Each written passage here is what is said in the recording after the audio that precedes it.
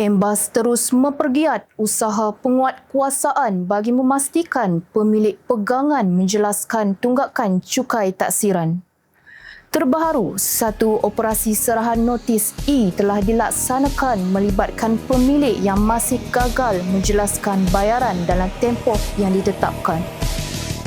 Unit Tindakan Khas Bahagian Hasil bersama Bahagian Penguatkuasaan Majlis Bandaraya Alor Setar telah melaksanakan aktiviti serahan notis E kepada pemilik pegangan yang mempunyai tunggakan cukai taksiran. Notis tersebut dikeluarkan kepada pemilik yang gagal menjelaskan bayaran sehingga tarikh akhir pada 28 Februari 2026 selaras dengan peruntukan Seksyen 147 Akta Kerajaan Tempatan 1976.